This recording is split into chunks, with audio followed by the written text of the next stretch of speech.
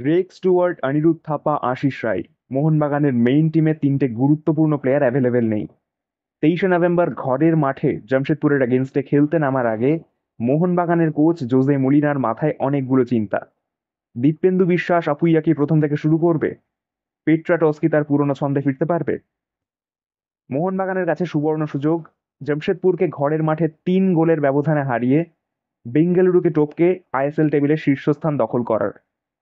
সেখানে যদি জামশেদপুরকে 3-0 করে হারাতে পারে তাহলে বেঙ্গালুরুকে টপকে 8 ম্যাচে 17 পয়েন্ট নিয়ে মোহনবাগান কিন্তু একটা ভালো গোলের ব্যবধানে 1 নম্বরে চলে যেতে পারবে। অপরদিকে ব্যানের কারণে জামশেদপুর হেড কোচ খালিদ জামিল তিনি কিন্তু সাইড লাইনে থাকছেন না।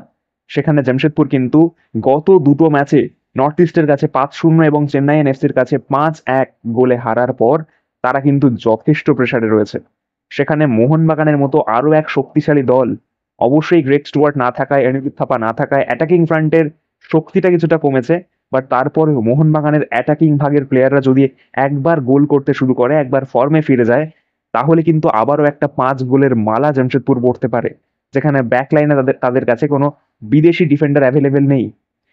তাহলে এবার দেখে নেওয়া যাক, চলুন। জামশেদপুর 7 নম্বরে রয়েছে, মোহনবাগান 2 নম্বরে রয়েছে। কোন টিম কোথায় যেতে পারে? মোহনবাগান জিতলে, অবশ্যই 3 গোলের ব্যবধানে জিতলে 1 নম্বরে যাচ্ছে। এবং জামশেদপুর যদি 3টে পয়েন্ট পায়, মোহনবাগানের ঘরের মাঠে যদি মোহনবাগানকে হারাতে পারে এরকম একটা খারাপ ফর্মে থাকার পরেও, তাহলে কিন্তু তারা আবার টপ 2-তে ফিরে আসছে। তো এবার চলুন দেখে নেওয়া যাক মোহনবাগানের লাইন আপ কিরকম হতে পারে। প্রথমত 3টে গুরুত্বপূর্ণ প্লেয়ার অ্যাভেলেবেল নেই এবং সন্দেহ আছে আপুইয়াও স্টার্ট করবে কি করবে না।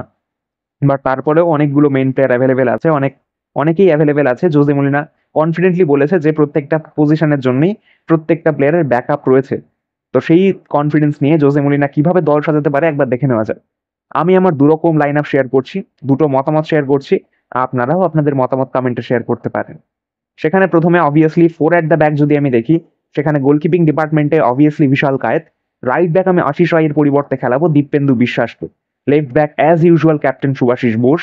আর সেন্টার ব্যাকে অ্যালবার্টো রড্রিগেজ এবং টমাস অ্যালড্রেড। সেখানে মাথায় রাখতে হবে অ্যালবার্টো রড্রিগেজ কিন্তু একটা হলুদ কার্ড দেখলেই 4টে হলুদ কার্ড হয়ে যাবে। সেখানে একটা ম্যাচের ব্যান, অর্থাৎ চেন্নাই ম্যাচের ব্যান কিন্তু সে খেতে পারে। আর অবভিয়াসলি ডিফেন্সিভ রোলে তাকে যে কাজটা করতে হয়, একটা হলুদ কার্ড দেখা স্বাভাবিক। তো সেই রিস্কটা নিতে হবে মলিনাকে, বিকজ চেন্নাই ম্যাচ এবং চেন্নাই ম্যাচের পরে কিন্তু একের পর এক টাফ ম্যাচ আসবে, যেখানে নর্থ ইস্ট কেরালার মতো টিমকে ফেস করতে হবে, পাঞ্জাবের মতো টিমকে ফেস করতে হবে, তখন আরো টাফ হবে। তো সেই ম্যাচগুলোতে অবভিয়াসলি অ্যালবার্টো রড্রিগেজের মতো একটা বিদেশি ডিফেন্ডারকে ব্যাক লাইনে পাওয়াটা খুব ইম্পর্টেন্ট।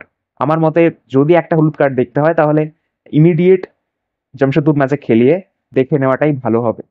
অপরদিকে মিডফিল্ডে আমি চাইবো যদি আপুইয়া স্টার্ট না করে, আপুইয়াকে যদি রেস্ট দেওয়া হয়, তাহলে obviously Deepak Tangri first choice হচ্ছে, বিকজ থাপা নেই। আপুইয়া যদি না খেলে তাহলে টাংরি প্রথম মিডফিল্ডার হিসেবে স্টার্ট করছে এবং আমি মনে করি পাশে অভিষেক সূর্যবংশী স্টার্ট করা উচিত। সেখানে দুজন মিডফিল্ড ডাবল পিভিট রোলে দীপক টাংরি এবং অভিষেক সূর্যবংশী। রাইট উইং ব্যাক বা রাইট উইং এর রোলে অবভিয়াসলি মনবীর সিং। আর সেম লেফট উইং বা লেফট উইং ব্যাকের রোলে লিস্টন কোলাসো। এবার লিস্টন কোলাসোর পরিবর্তে তুমি আশিক কুরনিয়ানকে একটু সুযোগ দিতে পারো, বিকজ আশিক তো চোটে চোটেই শেষ হয়ে গেল। আগামী মানে গত 1-1.5 বছর তো আশিক কুরুনিয়ান সেভাবে গেম টাইমই পায়নি, সেখানে আশিককে তুমি কিছুটা গেম টাইম দিতেও পারো। আর অপরদিকে নাম্বার 10 রোলে অবভিয়াসলি যেহেতু গ্রেগ স্টুয়ার্ট নেই, ডিমির উপরেই দায়িত্ব আছে। ডিমি পেট্রাটস আশা করবো ফর্মে ফিরবে খুব ভালোভাবেই, ভালো পারফরমেন্স ডেলিভার করবে আবারও গত দুটো বছরের মতোই। আর স্ট্রাইকিং ফোর্সে নাম্বার 9 অবভিয়াসলি জেমি ম্যাকলারেন। এই হচ্ছে প্রথম লাইন আপ। আর সেকেন্ড লাইন আপে যদি আমি দেখাই তাহলে আমি ব্যাক 3-তে ট্রাই করছি, ব্যাক 3 খেলানোর চেষ্টা করছি। আমি যদি দীপেন্দুকে ভরসা করতে না পারি তাহলে দীপেন্দু বেঞ্চে থাকবে এবং ব্যাক 3-তে রাইট সেন্টার ব্যাকে অ্যালবার্টো রড্রিগেজ, লেফট সেন্টার ব্যাকে অবভিয়াসলি সুভাশিস বোস এবং সেন্ট্রালি খেলবে টমাস অ্যালড্রেড। মিডফিল্ডে আমি তখন চলে যাব আপুইয়ার দিকে, কারণ ব্যাক 3-তে খেললে আপুইয়া কিন্তু ফার্স্ট চয়েস হয়ে যাবে। সেখানে ওই ছোট ছোট পকেট স্পেস গুলোকে কভার করা, একটা ব্যাক 3 সামনে শিল্ডের কাজ করা, সেক্ষেত্রে কিন্তু আপুইয়াকে একটা গুরুত্বপূর্ণ রোল প্লে করবে।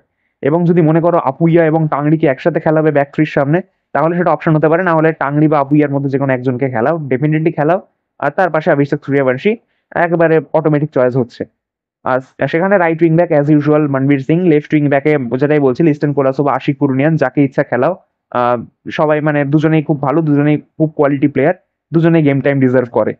আর আফ্রন্টে অবভিয়াসলি আমি তখন চলে যাব সাহাল আব্দুল সামাদকে নিয়ে আসবো ডিমির পেট্রাটসের পাশে, বিকজ গত ওড়িশা ম্যাচটা দেখেছি, ওড়িশা ম্যাচে মোহনবাগান গোল করার জন্য স্ট্রাগল করেছে। সেখানে লাস্টের দিকে এসে সাহাল আব্দুল সামাদ এবং আশিক কুরুনিয়ান দুজনেই গেম টাইম কিছুটা পেয়েছে। তো আমি চাইবো ডিমির পাশে সাহালের মতো একটা প্লেয়ারকে অ্যাড করো ব্যাক থ্রি সিস্টেমে গিয়ে, যেখানে সাহাল এবং ডিমি দুজনে মিলে একসাথে যদি পারফর্ম করতে পারে অ্যাটাকিং মিডফিল্ডে, তাহলে ক্রিয়েটিভিটি আরো বাড়বে, বল কন্ট্রোল বল পজিশন আরো বাড়বে, আরো চান্স বেশি ক্রিয়েট হবে। সেখানে ম্যাকলারেনের পিছনে যদি সাহাল এবং ডিমির মতো দুটো ক্রিয়েটিভ অ্যাটাকিং মিডফিল্ডার খেলে, আমার মতে মোহনবাগানের অ্যাটাকিং লাইন আপটা আরো বেশি ক্রিয়েটিভ হবে, আরো বেশি ফ্লুয়েন্ট হবে। তো এই হচ্ছে আমার দুটো লাইন আপ, তোমরা তোমাদের মতামত শেয়ার করতে পারো। আর অবভিয়াসলি আজকে 7টা থেকে লাইভ ওয়াচ অ্যালং হবে মোহনবাগান এবং জামশেদপুর ম্যাচে, তো সেখানে জয়েন করতে ভুলো না। Thank you for joining this video, good by.